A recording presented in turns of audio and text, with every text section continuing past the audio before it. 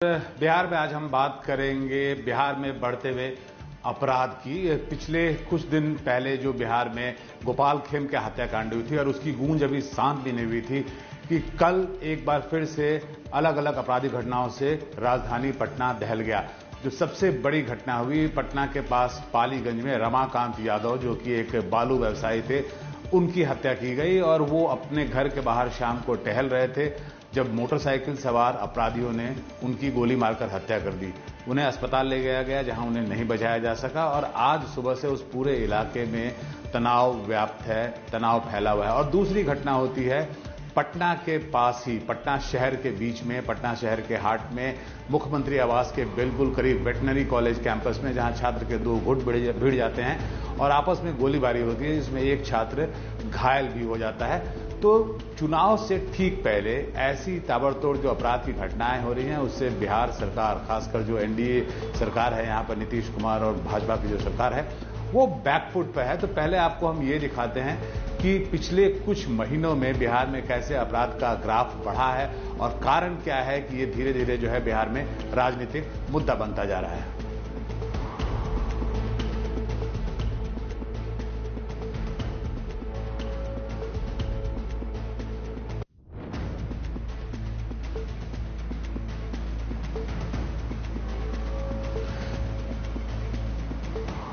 तो इस मामले में जो बालू व्यवसायी की जो हत्याकांड हुई है उसमें रमाकांत यादव उनका नाम है। उनके ऊपर पहले से भी काफी सारे आपराधिक मामले दर्ज थे, लेकिन जिस तरीके से शाम को 5 बजे शहर के पास जो पालीगंज इलाका है वो एक बाजार है, बड़ा बाजार है, उसके पास में जिस तरीके से उनके घर के ठीक बाहर में हत्या की गई तो उससे पटना पुलिस और बिहार पुलिस पे एक सवाल जरूर खड़ा होता है। हालांकि पुलिस दावा कर रही है कि इस मामले में वो जल्द ही जो है वो कुछ न कुछ ब्रेक थ्रू, कुछ न कुछ गिरफ्तारी कर लेंगे। और पिछले 10 साल पहले इनके बड़े भाई की भी इसी तरीके से इसी इलाके में हत्या कर दी गई थी गोली मार के। इस पूरे मामले में जो हमारे संवाददाता हैं रमन राय, वो लगातार नजर बनाए हुए हैं और वो घटनास्थल पे भी मौजूद थे और अभी जो वरीय पदाधिकारी हैं उनसे भी लगातार इस पे आपको अपडेट कर रहे हैं। तो पहले सीधे रुक करते हैं मेरे संवाददाता रमन राय का, उनसे बात करते हैं कि आखिर इस मामले में जो है अपडेट है वो क्या है और पुलिस अभी तक पुलिस की जांच जो है वो कहां तक पहुंची है। रमन, ये बताइए कि आप तो सुबह गए भी थे वहां पे, उनके परिजनों से भी आपने बात की और पुलिस के वरीय पदाधिकारी हैं उनसे भी आपकी बात हो रही है। ये पूरा मामला हुआ क्या, ये समझाइए हमें, और इसमें अभी तक अपडेट क्या हुआ है। जी प्रभाकर, बिल्कुल जिस तरीके से जो बालू कारोबारी है रमाकांत यादव, कल शाम उनकी गोली मारकर हत्या कर दी जाती है और परिवार का कहना है कि अब उन्हें काफी डर लग रहा है, पूरे इलाके में दहशत का माहौल है और इस पूरे मामले में पुलिस जो है जांच शुरू कर दी है, लेकिन अभी तक इस पूरे मामले में कोई गिरफ्तारी नहीं हुई है। लेकिन बात करें रमाकांत यादव की तो वो बालू कारोबारी थे, लेकिन उन पर भी पहले से कई सारे आरोप थे। तो कहा जा रहा है कि कहीं ना कहीं जो आपसी रंजिश है उस मामले में रमाकांत यादव की हत्या हो सकती है, ऐसा फाइंडिंग सामने आ रही है। लेकिन पुलिस अभी तक इस मामले में जांच कर रही है, लेकिन अभी तक कोई गिरफ्तारी नहीं हुई है। साथ ही साथ अगर बात करें एक और घटना जो कल शाम को होती है पटना के वेटनरी कॉलेज में, बाहरी लोग पटना के वेटनरी कॉलेज के कैंपस में आते हैं और कैंपस में फाइट करते हैं। रमन, पहले आपसे हम बात कर रहे हैं रमाकांत यादव से जुड़े मामले पे। ये पहली घटना नहीं है, इस इलाके में बालू का अवैध और अवैध दोनों कारोबार बहुत बड़े पैमाने पे होता है। राज्य सरकार जो है लगातार इस मामले में सफाई देती फिरती है और बहुत तरह की आपराधिक घटनाएं होती हैं, गैंगवार होती हैं, गोलीबारी होती है और ये काफी आम है। तो सरकार की तरफ से इस पूरे मसले को, या ये जो पूरा जो बालू का अवैध कारोबार का मसला है, इसके ऊपर में कभी कोई ठोस कार्रवाई आपको होती हुई दिखी? क्योंकि ये लगातार सालों दर साल जो है इस पूरे इलाके में इस तरह की आपराधिक घटनाएं इसी कारण से होती रहती हैं।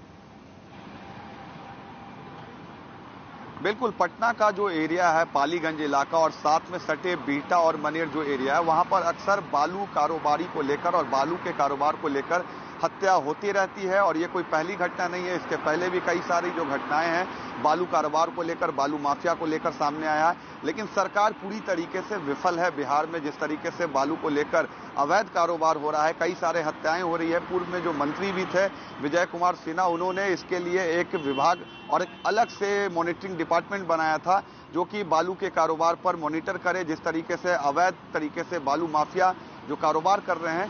लेकिन फिर से कल शाम ये घटना कहीं ना कहीं एक लॉ एंड ऑर्डर पर भी बड़ा सवाल खड़ा करता है और बालू कारोबार में जिस तरीके से पुलिस प्रशासन की भी जवाबदेही, मिली भागीदारी होती है, उससे भी एक बड़ा सवाल खड़ा होता है। जी बिल्कुल, आप हमारे साथ बने रहिएगा, रमन। और जो दूसरी घटना है जिसने फिर से एक बार जो है बिहार के जो लॉ एंड ऑर्डर सिचुएशन है उसे सवाल के घेरे में ला दिया, वो घटना है वेटनरी कॉलेज की। कल शाम छात्रों का 2 गुट वहां पे आपस में भिड़ जाता है, मारपीट होती है और उसके बाद गोलीबारी होती है और एक छात्र को हाथ में गोली भी लग जाती है।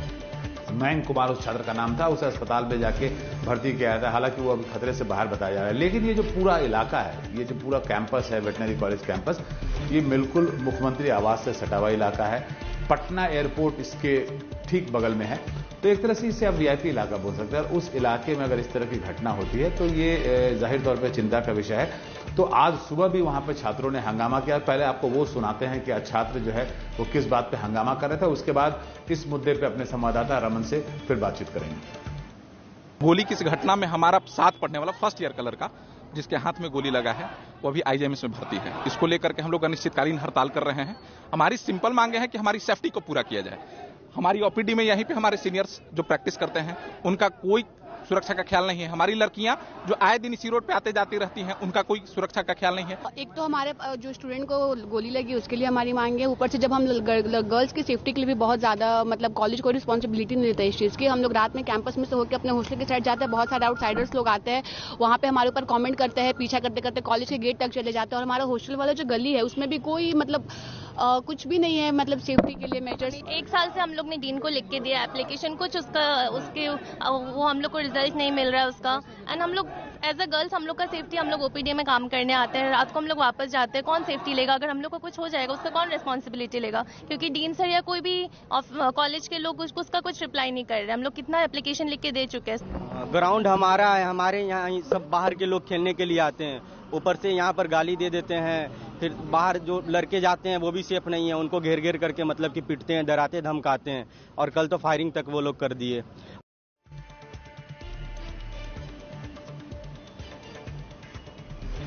जी तो बिल्कुल ये छात्रों की सुरक्षा से जुड़ा हुआ मामला है। और जो वेटनरी कॉलेज कैंपस में छात्रों के पास पिस्तौल कहां से आता है? अगर वो बाहर के लड़के थे जिन्होंने आके वहां गोली चलाई, तो कोई बाहर का व्यक्ति एक कॉलेज के कैंपस में कैसे घुस जाता है? सुरक्षा की वहां क्या व्यवस्था है? और जैसा आपने सुना, लड़कियां लगातार ये बोल रही थी कि उन्हें वो असुरक्षित महसूस करती हैं, और खासकर जो बाहरी लड़के जो हैं जब वो कॉलेज के कैंपस में घुस जाते हैं।